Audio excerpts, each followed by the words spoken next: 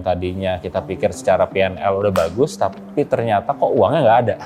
Dari yang dulunya kita mungkin 100 order, ada sekitar error dari sisi payment sekitar 5-7%. Saat ini dengan ada Pepper, itu bisa menurun jadi hanya 1 atau 2%. Perkenalkan, nama saya Vicky Kurniawan.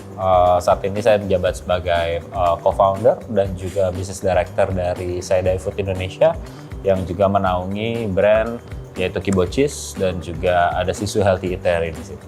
Awal mula tuh bermula dari sebuah garasi. Jadi waktu dulu bisnis ini memang kita bangun dari kakak aku bersama aku. Jadi kakak aku sendiri kebetulan dulu memang 7 tahun kuliah di Jepang. Akhirnya sekolah kuliner dan pulang ke Indonesia. Dan kalau background aku sendiri kebetulan memang sebagai marketing dan juga advertising. Pada saat itu ya kakak aku memang fokus di produk, aku fokus di pemasaran. Kita company yang fokus di area sweets dan gift. Jadi memang seperti tagline company kita, number one Japanese inspired, premium reasonable sweets and gift in Indonesia. Along the way, sekarang kita udah memasuki tahun ke-7. Saat ini kita punya sekitar 35 titik di Jabodetabek dan Bandung. Kita juga berkembang, mulai dari offline channel dan online channel. Dan juga yang awalnya kita cuma menggunakan tradisional digital channel seperti online WhatsApp dan beberapa lainnya, kita juga udah masuk nih ke marketplace dan kawan-kawannya. Dan dari situ ada user journey di mana kita membutuhkan rekonsiliasi payment.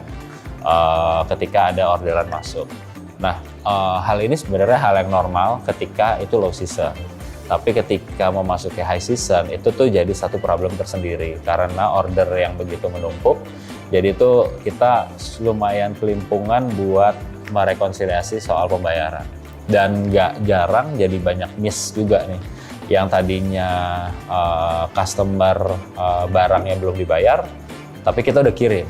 Ada juga beberapa customer yang mungkin baru kasih bukti transfer bentuknya status, tapi kita pikir sudah bayar, jadi kita kirim. Jadi banyak beberapa miss di situlah, sekitar mungkin dari 100 orderan mungkin bisa ada 5-7. Jadi kurang lebih lumayan tinggi kan, 5-7%. Dan dari sisi manpower sendiri, kita kan juga kalau lagi high season lumayan pack, jadi harus ngecek mutasi itu lumayan makan waktu dan tenaga.